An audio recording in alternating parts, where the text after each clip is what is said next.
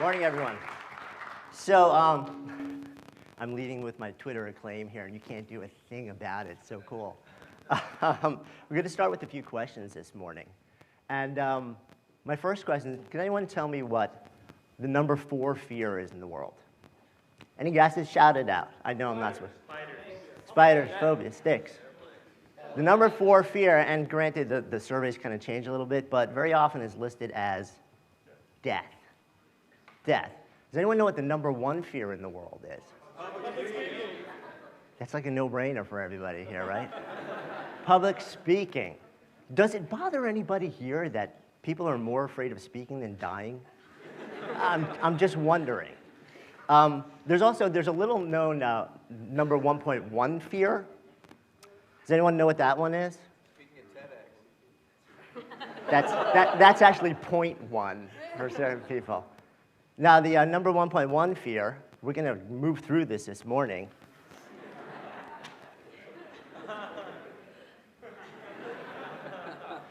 So, take 2 seconds here and just turn to the odd, strange, bizarre human being sitting next to you and say hello.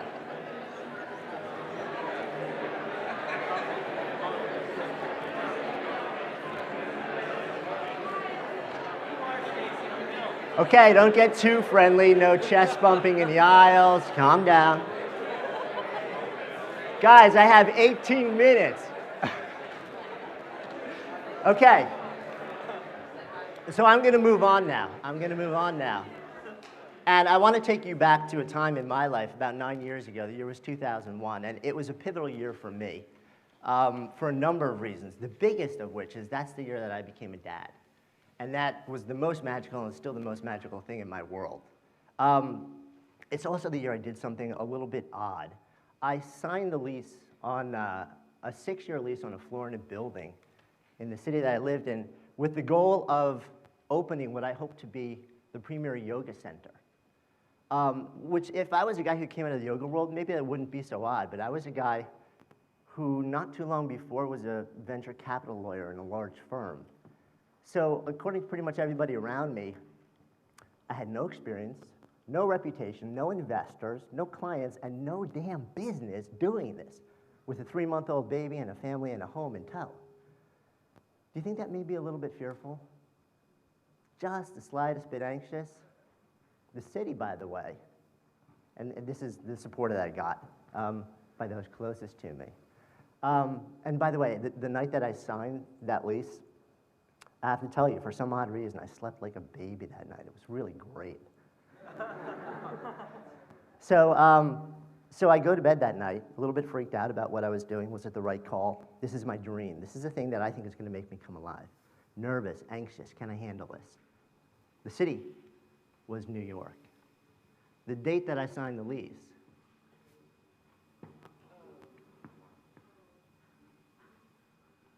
September 10th, 2001.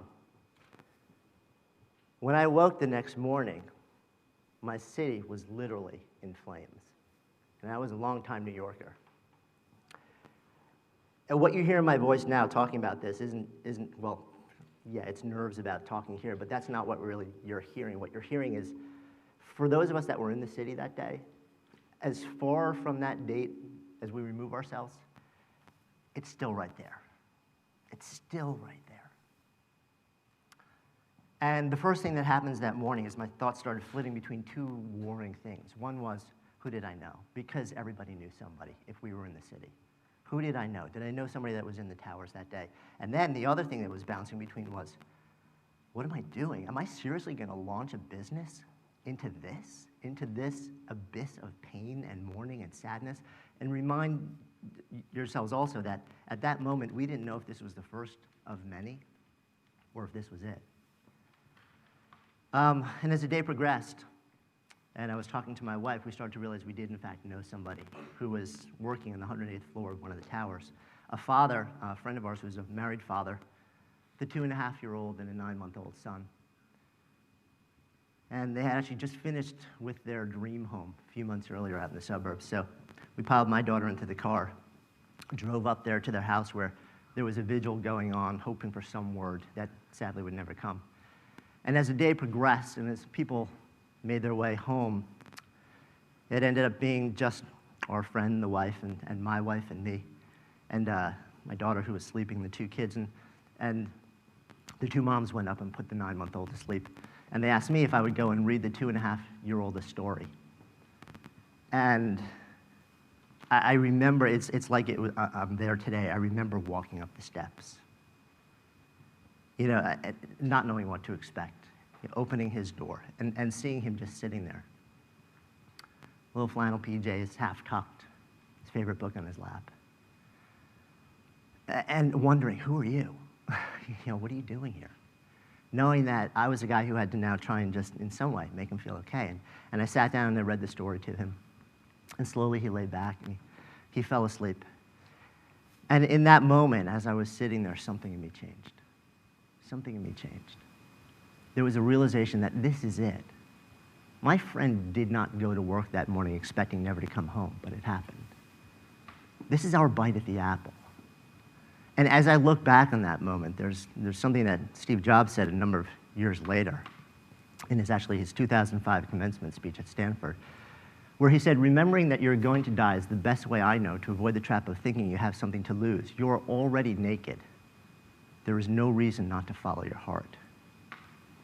So driving home that evening, my mind is, I'm thinking, okay, going back to the yoga studio and the lease that I just signed and the huge amount of money I'm about to spend to make this business a reality, am I really going to do this? Am I really going to do this? It's something that I have to do now because I feel this is our bite at the apple. This is my shot. Am I filled with fear and anxiety? Oh, yeah, big time. But this is my one chance. I don't get do-overs. So as we went home and I made the decision to actually go forward with it, I was asking these questions. I was saying to myself, do I launch my company or walk away, and do I rise above the fear and anxiety? And based in large part at that moment on what had just happened in that room with this 2.5-year-old boy, the answer was yes. And I went ahead and I launched it. And that studio then, over a period of 7 years, grew into one of the largest, most successful studios in New York City, and potentially in the country, where, more importantly than that, I had an opportunity over that period of time to touch the lives of tens of thousands of people, to impact people's lives in a deeper way from around the world. We trained hundreds and hundreds of yoga teachers at the same time. And it became this magical experience for me. And actually, in December 2009, I sold that company. But this whole experience stirred in me something that led me to want to explore deeper, to try and figure out, what is it that makes some people able to just move past fear, to move past anxiety, and actually do these things which terrify them? And what is it that makes people just stop cold? And we're going to go into that, and there are 3 big questions that we're going to explore, but first I want to ask you a question. I'm going to show you a picture in a second, and I'm going to ask you a question about it before you see it so you can really focus in on the answer. And the question is very simply, what color are the laces?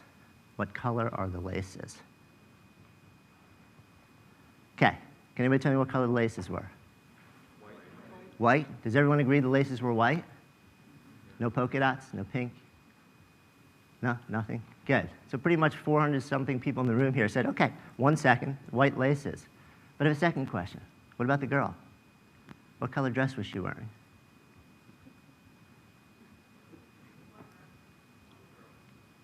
What girl? Take a look in the sunglasses. There's a girl lying down on the dock reflected wearing a white dress. And the question is, why did nobody notice her? And I've done this, and I've actually kept the slide up for a minute, and nobody sees the girl.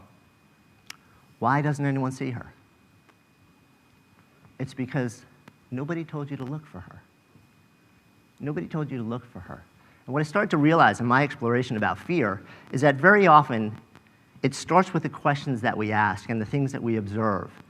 But also, beyond that, the really big thing is it's about the things that we don't notice, the questions we don't ask, and the things that we don't see that really take that fear and just let it blossom.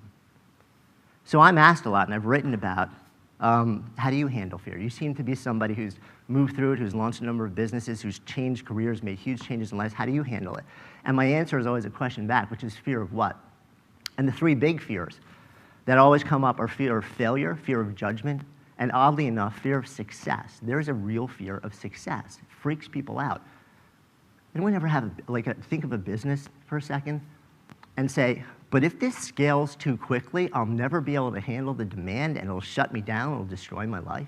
It's actually a real concern. But the real thing, the big thing, when you go back to the top 10 phobia list, of these three, the thing that's always on there is fear of failure. And fear of failure can be this devastating thing because we just ask this question. We ask, what if I fail? And then instead of just creating a realistic scenario, saying, okay, this is what happens and I'll get through it, what we do is we create a doomsday scenario. And I know nobody in this room has done this, but you probably know some people that may have done this. You spin in your head, oh my God, if this thing collapses, I'm gonna lose everything. My home, my relationships, I'm probably gonna get thrown out of the country, if not the planet. I'm gonna have to live in the Arctic, they can take away my shoes, I have to eat raw fish for the rest of my life. It's gonna be the biggest disaster on the planet. And then that creates this thing where it shuts us down. It just takes the fear and anxiety and it ramps it up big time. But then we do something even more powerful. We take that doomsday scenario and we hit spin. Nobody's done that either, right? So what happens when you hit spin is, sadly, even though we're sitting in this beautiful university hall and some of the brightest people in the world, I'm sure, are in here, we are so much closer to Pavlov's dogs than we would ever like to think. Because the way our brains work is repetition breeds belief. We can start with a thought, a fact, a scenario, or a vision, and in our minds, regardless of whether it starts in truth, the more we repeat it, the more we believe that to be the absolute truth, the only possible outcome. Not a mental model, but the model of the world. There is no other option. And the more we buy into that, the more we buy into the fact that this is the only possible outcome for this thing, the more we're absolutely engulfed with fear and anxiety, and the more it becomes paralysis. We can't move. We can't move. But there's one thing which is even more insidious than that. It stops us. Our focus on this stops us from asking two other questions, which are mission critical to our ability to reframe fear and move through it. And those two questions are, what if I do nothing? And what if I succeed? So let's go back. We're going to cycle back, and we're going to go through these three questions. What if I fail? Now, it's important to ask this question. You don't blow it off. But in asking it, what I want you to do next time is take that question, and instead of creating a fantastical doomsday scenario, what I want you to do is create a very realistic scenario. What if I fail? Write it out. Create a picture. Make it a movie. Make it as vivid as you can. But that's only half of the what if I fail question. The other half is how will I recover? And give equal attention to that picture. Plot out exactly what you will do to get yourself back. And what most people find is doing that alone goes a long way towards disempowering the fear of failure, because they realize almost everything is recoverable. It may suck a little bit, it may be hard, but it's recoverable. Take that scenario now, the realistic scenario, set it aside. And then we move on to the second question, which is what if I do nothing? And for a lot of people, what if I do nothing seems like a no-brainer question, but the reality is for most people, the what if I do nothing is the most horrible scenario out there.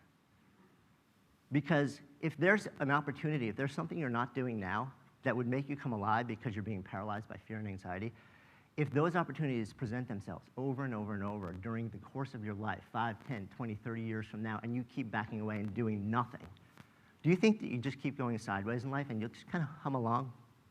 If you're a little bit unhappy now, do you think 10, 20, 30 years of doing nothing will keep you a little bit unhappy? No. If you're a little bit overweight now, do you think 10, 20, or 30 years of sitting behind a desk and eating cheesecake for breakfast will keep you the same weight? If your relationships are a little bit tense now, do you think if you do nothing, they'll still be a little bit tense 10, 20, 30 years from now? No.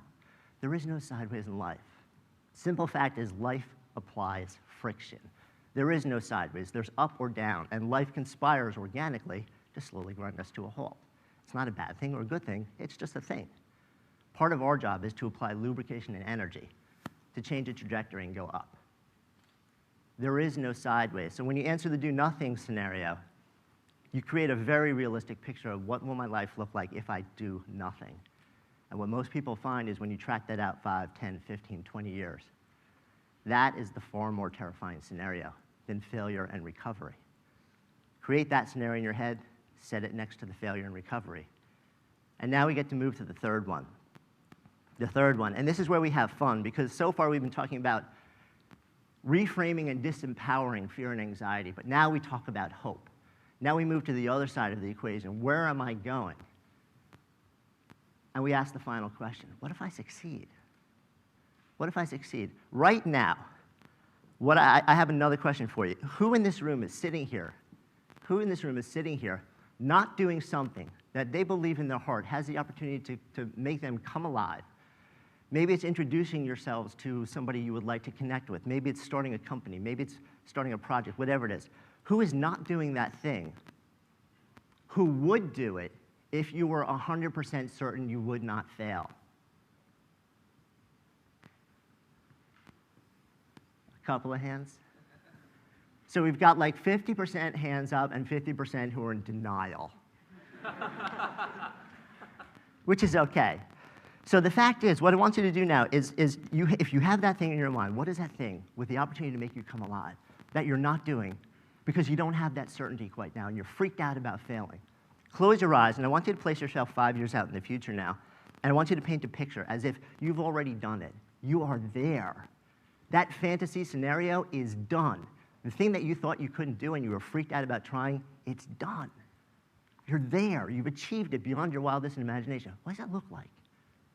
What does it feel like? What does it taste like? How does the air feel against your face in that place? And then I want you to do one more thing with that vision. Now I want you to hit spin. Helen Keller once said, life is either a daring adventure or nothing, and I'm inclined to agree. I cannot resign myself to the notion of living the rest of my life in a vacuum of regret. I cannot resign myself to the notion that I will have spent time on this earth but never having done anything to actually come alive out of fear. And I cannot fathom the notion that in some way, through my action or inaction, I may have taught my daughter, my little girl, to do the same.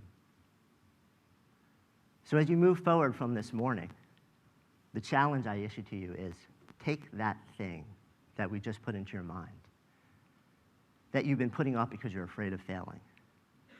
Take it and bring it present again, and ask the 3 questions. What if I fail and recover? What if I do nothing? And by God, what if I succeed? Thank you.